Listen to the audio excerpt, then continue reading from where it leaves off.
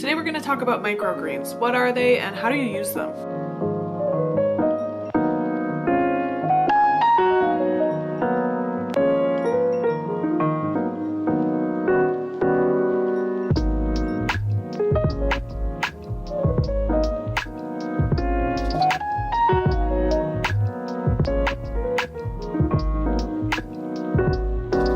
You've probably seen microgreens popping up all over the place, whether it's on Instagram, if you're following different kinds of chefs' pages, or even in your local grocery store. Over the last few years, they've really grown in popularity. So what are microgreens? Microgreens are just the seedlings of different herbs and vegetables. So if you plant a bunch of microgreen seeds, so things like arugula, basil, cilantro, beets, the first 2 or 3 leaves, those would be considered the microgreen. I like using microgreens not just because they look beautiful and they're great for adding color, texture, and height to different dishes, but also because they're delicious. Each type of micro herb or sprout adds different flavor to a dish. For example, you can buy micro arugula or basil to add flavor to something that's Italian inspired, or things like micro radish or red and green mustard to add a little bit of spice to a salad. Another reason I like to use microgreens instead of more traditional lettuces is because the microgreens that I use are actually grown locally. I buy mine from a local grocery store that sources microgreens from a company called Greenbelt Microgreens, which if you're from Ontario, I really suggest you check out. They focus on responsible ecological growing practices, creating local jobs, and they're doing a lot of other really great stuff. So I'm going to put a link down below if you're interested in seeing what this company does. Anyway, if I'm choosing between some Bobby Boy lettuce that I have no idea where it's coming from,